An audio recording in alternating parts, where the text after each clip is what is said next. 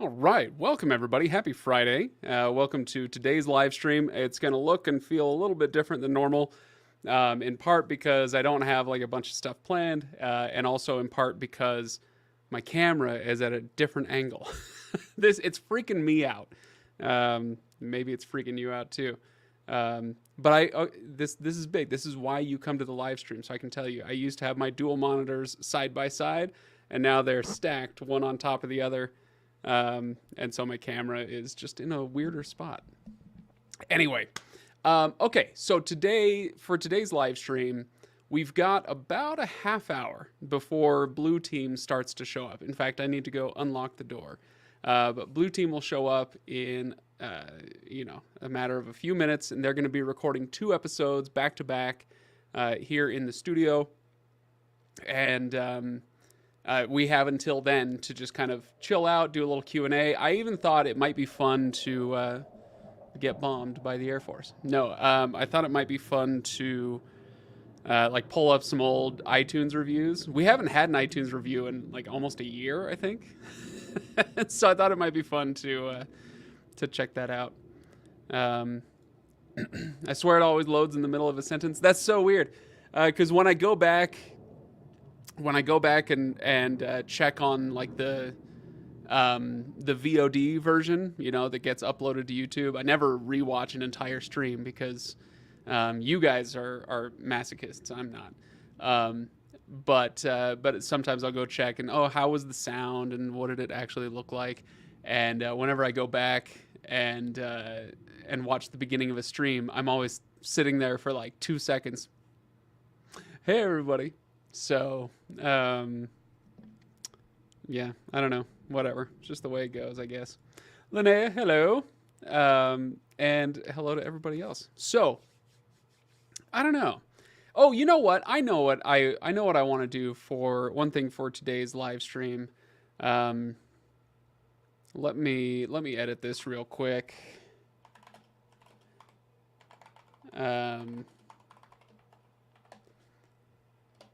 Okay, so this is a question. Why no episode this week? A question that is fair and present. I can tell you what we had scheduled. Let me pull my calendar up. The schedule this week was to have SL Wong on being an armorer in Hollywood, an armorer, and she was fabulous, such a great guest. And I pulled up the audio from that interview, and it turns out that I'm missing the last like 3 minutes or so, 3 or 4 minutes of her audio. And I pulled it up. I'm like, oh man, maybe I can edit this into submission. This was, on Monday morning when I usually get the episodes ready to go out. And I was like, oh, maybe I can do something with it. And it turned out that like it wasn't, I couldn't do it as cleanly as I would like. This happened to me once before with, I hope he'll forgive me. I'm blanking on the guy's name. Where are we? This was Kent Lester. That's right. The guy who went from a nonfiction writer to a fiction writer. That one, like I lost some of the audio, but I was able to just kind of like chop here, chop there, stitch it together and put it out. And it kind of made sense. In this case, if I just edited it and put it out, it would be confusing and kind of rude. Like I get to a certain portion of the conversation where like right in the middle of a topic, and then I would have to just like edit it and cut it off. And so I was trying to find a way, or like a way to edit myself in, maybe at the beginning or the end or both, and say, here's what happened. And I haven't been able to get around to that yet, where I needed to record some extra stuff and throw it on there. For any podcasters out there, they might think, well, that's easy. You just turn on the microphone and put it on. But it's a little bit more complex because we do podcast and YouTube simultaneously. And so it takes a little bit more effort and like not just conversational effort, but you gotta dress things up and get the settings just right and whatnot. And Anyway, so I'm still planning to put that one out. Maybe I can put that out tomorrow as like a weekender episode. But that's where that one is. I do want to get her on the air because she was so much fun. So much fun to talk to. And one of those people that like, I know I've mentioned this maybe on the show before, but like when I play the piano.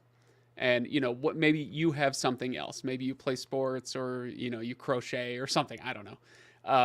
And you come across someone who simultaneously inspires you to want to do more and do better and be a genius like they are, and also makes you despair at the same time that you're you're not at their level. She was one of those people.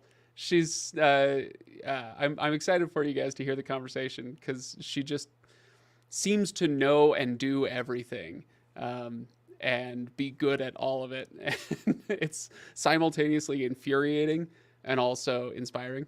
So anyway, let's see. Todd's going to sit back, relax, and eat chips. That's fair enough. Absolutely. Lady Sweden, hello. And Josh, I mean, I kind of already, oh, you're saying hello to Lady Sweden. Hey, sorry. I didn't mean to get in the middle of your conversation. Nice haircut. Thank you, Linnea. I did just come back from a haircut. I'll give you an iTunes review right now since it's been so long. Hey, Clem on Discord. Oh, that's fantastic. I think, did I mention this? Clem, is short for Clément, is the name of my favorite StarCraft player in Europe, or at least one of my favorites. So I've been wrestling with my cognitive dissonance every time I see Clem in Discord. Is it unrecoverable? Okay, so speaking of the episode, is it unrecoverable? It is not. It's just taking a little bit more work than normal. So, in the wake, books and stories. Hey, oh, all right. Sounds like we got something to check out. Okay, so Christian's gonna go give us a review on iTunes. That's great. See if I can pull up iTunes here and share my screen. See this, the only thing I like it. I like my new monitor setup stacked instead of, you know, side by side. They're stacked now, and I like it on a day-to-day basis. The only thing is, like during these live streams, if I look at the top monitor, I feel like it looks kind of funny, but oh well, we use what we have. Deborah made a live stream. Hey, it is good to see you. I hope you stick around. As I mentioned at the very top of the show, Blue Team is coming in just a few minutes. They'll probably roll in the next 10, 15 minutes. In fact, I'm going to go unlock the door. Okay. So that now, when they start rolling in, they'll come in, they'll say hi. But I will have to shut the live stream off so that they can start their recording eventually. Hey, Jingles, howdy. Let's see. Podcast Addict, unfortunately bad at showing reviews. Yeah, no, it's fine. Honestly, the iTunes or Apple Podcasts, as they call it now,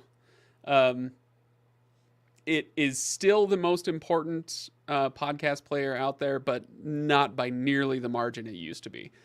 Now between Spotify and Podcast Addict and a dozen other mid-major to major platforms, it's just not as important as it once was. So that's all right.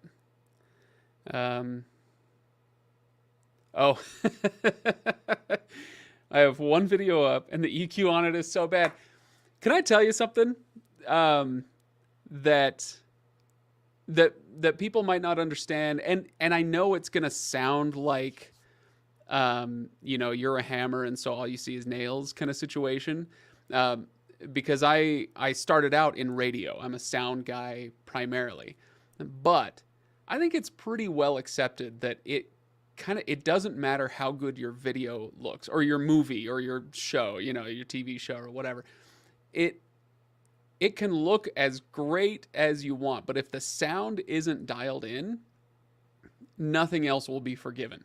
And we've put out some episodes with bad sound, and I still, like, I still wrestle with wanting to just take those down, which I still might. Um, but if you have really good sound, then a lot of other stuff can be forgiven. It's amazing how much, um, like, is it trust between you and the audience can be built up if your sound is good. Um, Whatever. Anyway, so when you're saying the EQ on it is so bad, I feel you, and it is important. So, uh, is this the Linnea from the Tress acknowledgement? this this is not in response to that. Uh, Linnea is the one saying nice haircut. Is this Linnea from the Tress acknowledgement? That is some excellent memory you've got there. It's amazing that anybody actually read the acknowledgement or listened to it. But yes, yeah, Linnea and I are both beta readers for Brandon. So yes. Okay, let's see if I can pull up some iTunes here. This could be. The thing is, I haven't read any of our reviews in like 2 years, probably, maybe more. Window, entire screen. Yeah, let's do that one. Okay, so there we go. Let's see if I can blow that up a little bit. Up, is that going to be? Yeah. Can we read that? Yeah, I think that'll work. Okay, so that's the Legendarium. You know, we're still sitting pretty strong at, oh, here, let me get rid of this. Oh, not that one. Let's get rid of that. So I can read some reviews in peace. Thank you. Yeah, we're still sitting pretty strong at 357 ratings, 4.5 stars. That's fine. Okay, so 12 one-star reviews. Let's see, 10 2-star reviews. I'm always, tell me if I'm crazy for this, but I feel like a 2-star review makes a lot less sense to me than a 4-star review. And that, like, mathematically, that shouldn't be the case. It kind of feels like, I love this show. I like this show. This show is okay. And by the time you get down here to 2 stars, it's like, you might as well just give us 1. Like, you obviously hated the show, but I don't know. I don't remember reading any 2-star reviews, but we'll see. Okay, so let's take this one at a time. The last one to come in was, okay. And yeah, not all of them are, maybe if you leave 2 stars, you're not going to leave a comment. Maybe that's the difference. Much like the characters they discussed, the cast of Legendarium has grown both in numbers and their development throughout the years. Not able to always to listen. Always love coming back to the wit and camaraderie. The standalone video essays Craig does are pretty great too. Oh, thank you. That's awesome. Okay, cool. Let's see. Josh says, I prefer 2 stars over 1 star. The 1 stars are usually just hate-filled and not helpful. That's true. That's true. Okay. Okay, sorry. Let me, I'm going to put that up there so that I can respond to a few things. Can you explain why every movie and TV show goes from insanely loud action scenes to basically inaudible whispering and back? That is, I don't want to say your fault, but it's not their fault necessarily. There are some movies with bad mixes. Tenet was roundly criticized for having a bad master on its or a bad mix on its soundtrack because of things like that. Everything was mumbled, but then the sound effects and music would be too loud. So it does happen, but for the most part, it's probably an issue with what it's being played on.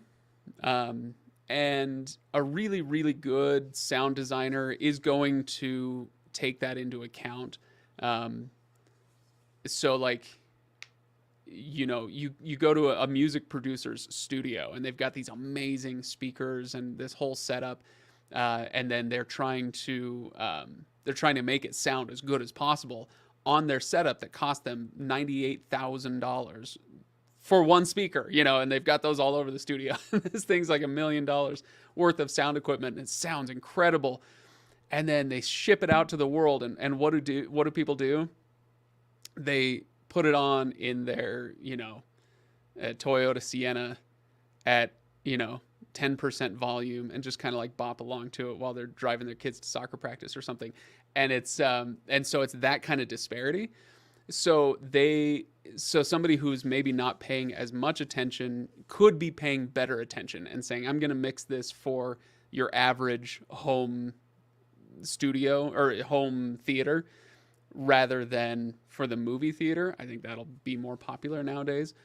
But maybe you're watching something older where they really were mixing it for the movie theater, and without giving much thought to a home situation, let alone watching it like on your freaking phone or your iPad or something. And so it's like, it's the output that's the issue, not the input. Does that make sense? I don't know what titles you're talking about, but that happens a lot. If you invest in a really nice home theater setup, then you'll notice that problem a lot less. And you can also, by the way, TVs nowadays do come, especially smart TVs, like this Roku TV behind me, wherever it is. They come with sound settings where you can do sound leveling, which will mitigate some of that, or they'll do speech amplifying or whatever. And so you can mitigate some of that in your settings. That's why the SM7B, talking about sound issues for videos and podcasts. Quality sound out of the box, little EQ required. Yeah, the one I'm using actually right now is, it's like the offshoot of that. It's the kind of digital offshoot. I bought one because a friend of mine, Sherry, she runs another YouTube channel. She got one and raved about it. And yeah, it's just super simple. Just USB mic. Sounds great. Let's see. Alex, welcome. Let's see. Nowadays, it says Lady Sweden, I check in for familiar names in Brandon's books. Yeah, that's it's fun as you get to know people.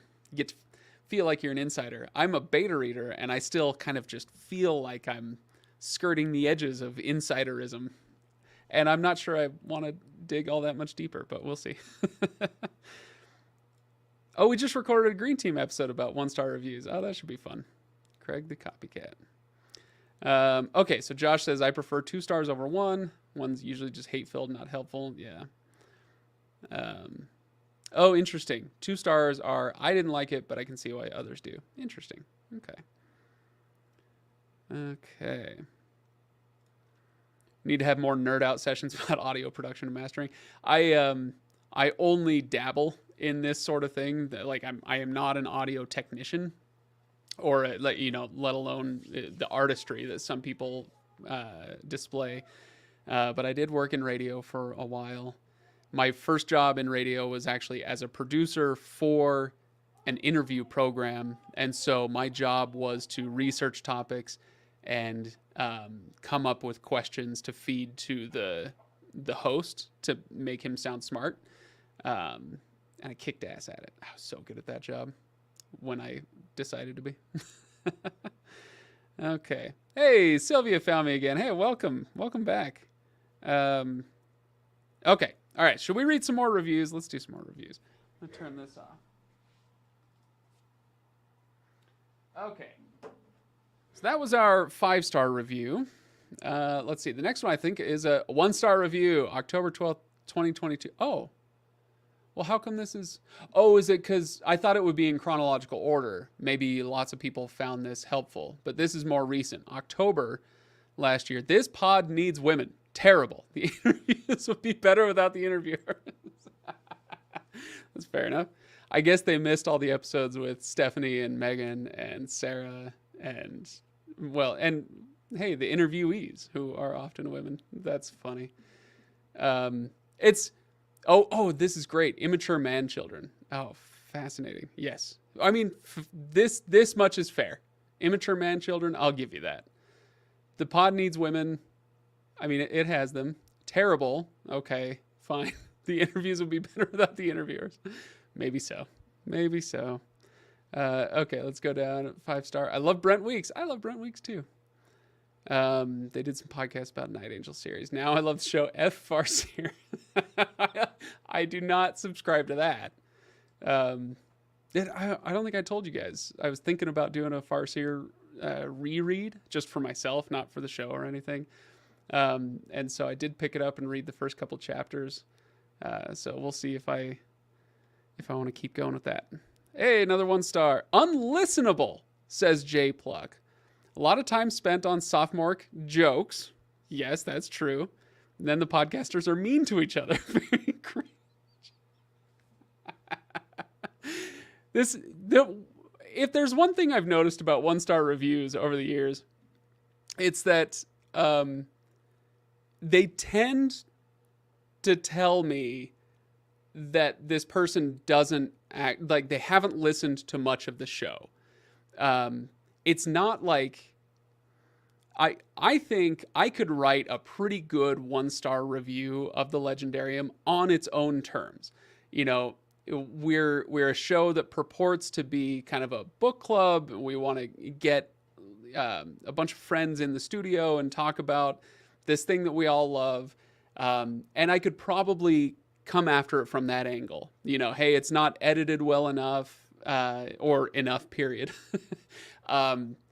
You know, there's no new information that we're providing or whatever. Like I could probably come up with a pretty decent substantive 1-star review, but something like this, like a lot of time is spent on sophomoric jokes and then they're mean to each other. Like, right.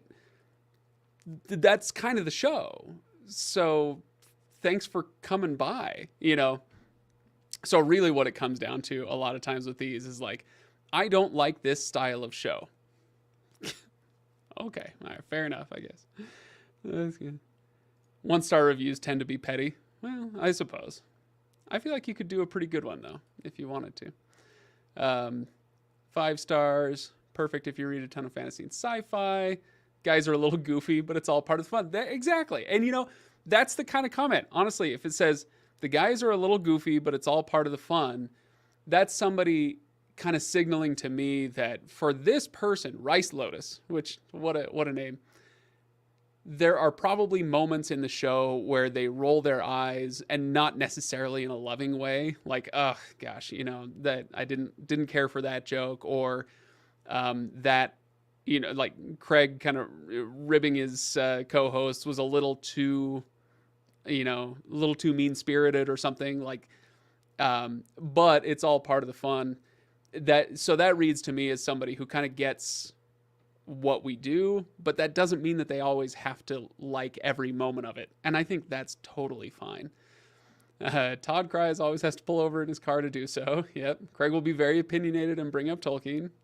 Ryan is the one I find myself agreeing with the most, which I would say is probably more often than not the case. Ryan is probably the most agreeable person on the podcast, with the exception of maybe of Megan. But Ryan is very agreeable. I mix up Kyle and Ken. That's fabulous. Let's see. Oh, I love this. I was kind of having a good time until the main host guy started sneaking in misogynistic, homophobic jokes and then constructing defenses of subtle racism. Oh, that's fun. Oh, man.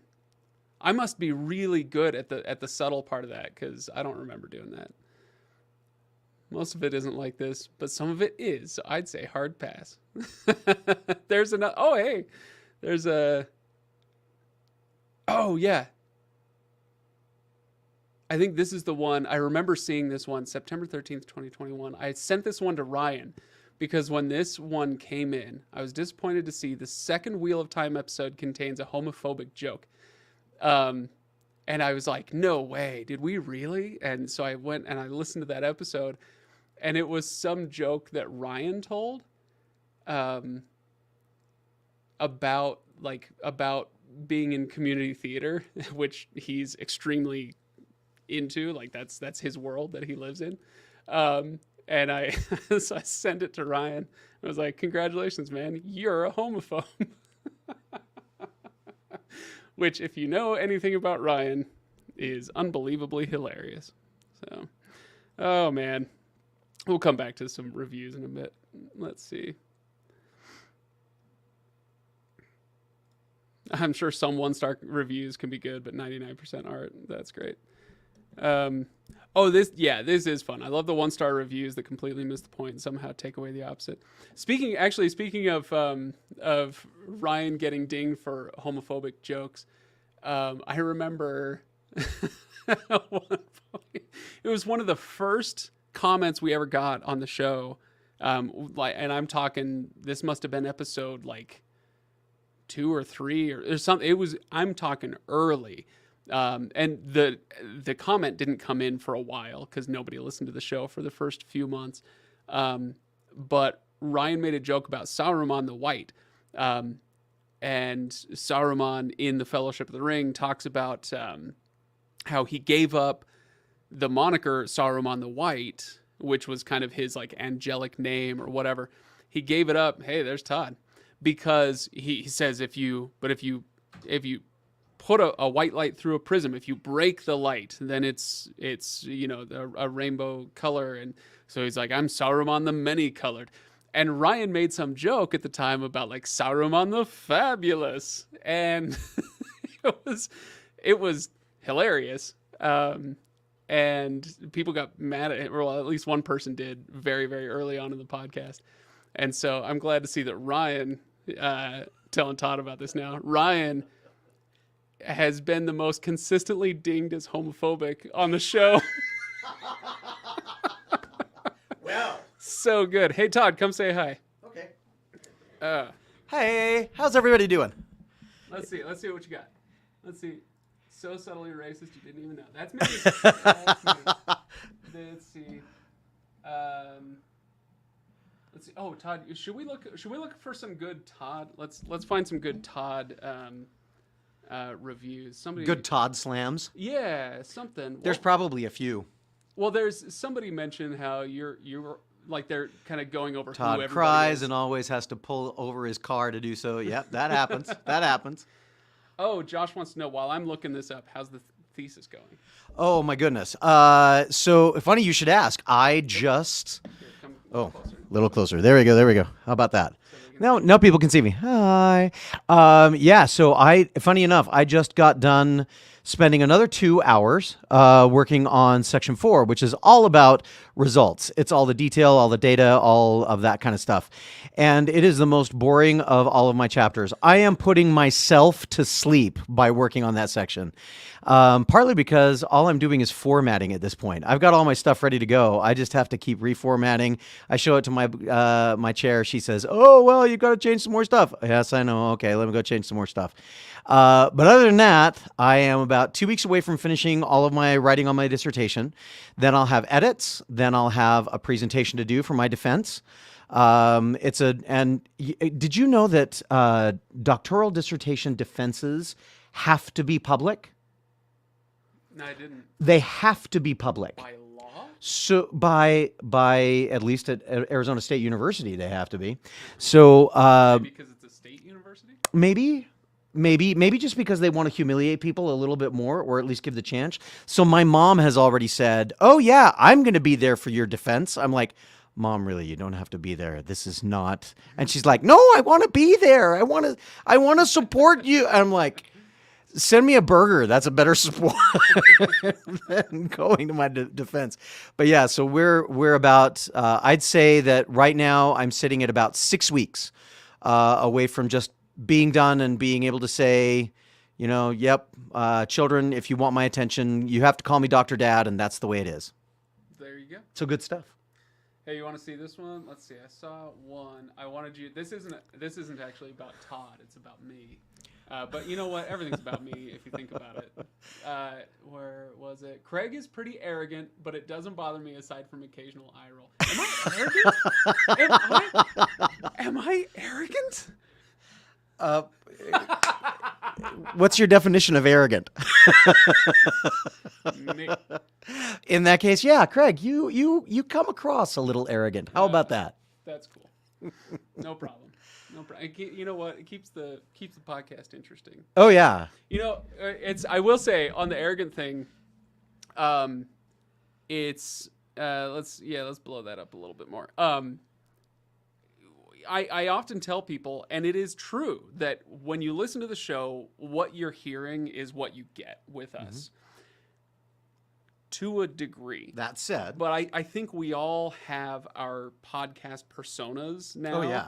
That are some portion of us that we have decided, or or were kind of pushed into by the rest of the crew, into amping up, right? And so my arrogance, if you will, sure I have a little bit of that in me. I try very hard in my real life to like tamp some of that down, but on the show, I'm like, you know what? No, it's if we're all just super pleasant and quiet. And, I wouldn't listen to us. And NPR style all the time. And we all agree on every issue and every book and all that. Yeah, no. It's just not as fun. And, so sure, I play up a little this and that and the other. Only a little. Only a little. He's really... I'm really only a little. Person, just like I don't wander around all the time with a bleeding heart and crying about how wonderful and beautiful things are. Occasionally, I am a jerk. Fans present. Oh, well, it'll be public. Sorry, Todd, the old man here. Hey, everybody! Come to my thesis. Dissertation, whatever it's called, defense. My kids continue to remind me, Dad, you don't need to talk so loud. And I'm like, you know what? Back in the day, if you didn't talk a little bit more clearly and a little bit more loudly on Zoom, nobody heard anything you said. Exactly. So I'm kind of stuck. I'll tell you what. I'll see if I can put out the invitation, the public invitation, and if any of you can actually be there, you're welcome to come along. There you go. All right. Well, Todd, should we get prepped for an episode? Sure. Okay. I think so. I'm already prepped. I'm even in my tux. Your tux. Oh gosh, what are you doing in a tux? So as soon as the podcast is over, I run into Salt Lake and I do I'm doing a concert with the Utah Symphony. Oh, nice. With the Tabernacle Choir. We are doing Mendelssohn's. The artist formerly known as the Tabernacle Choir. Indeed. We're doing Mendelssohn's Elijah. Ooh. And Terry Fisher is... That's a name I know. He is a crack up. He is a hoot. He is so much fun to work with and so incredibly demanding. So, yeah. I got to know him slightly. In that first job, I was just telling these guys, my first job was in radio as a producer, and that was at Classical 89. Oh, yeah. It was the local classical station. And so people get really surprised sometimes. Linnea, who we've mentioned a few times, she was really surprised that I knew a few classical things here and there. And I'm like, well, it was my job kind of for a while. You marinated it for long enough. That's some things. Hey, stick. Todd, look at this. Look. I'm looking. Oh. Hi, yeah. Megan. Tab cat. Hi, Megan. We love Megan. All right, so guys, we're gonna go ahead and log off. I know it's a short one today, but we are gonna get set up. I've already got the lights going more or less for the blue team, but yeah, we're gonna need just a few more minutes to set up, and we've got to make sure we get Todd out the door. Lady Sweden asks, no more stream guests. I was hoping that more people would show up on time, but alas and alack. We have no Ken or Stephanie yet today. So that's true. We do have Megan here. Anyway, thanks everybody for joining. I will not be here next week. I'm going to go visit a friend in San Diego. And I think I'll be in the process of picking up my rental car at this time next week. So I'm out, but I will happily catch up with you all in 2 weeks. And yes, you should look for the episode that's missing from this week. It will air. The question is when, and I don't have an answer for that, but it'll be soon. Anyway, thanks for hanging out today, and I will let you all know the next time I'm in Evansville, apparently.